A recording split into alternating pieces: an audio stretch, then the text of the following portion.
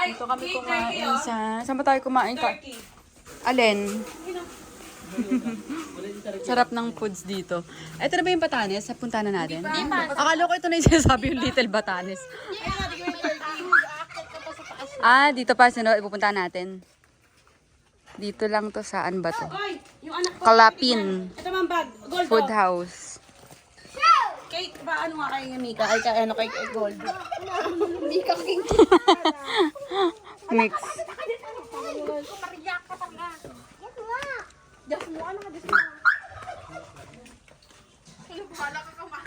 Kalapini. Ano ba yung kila? Ano yung sabi kalapini?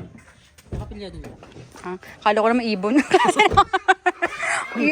Klase ng ibon.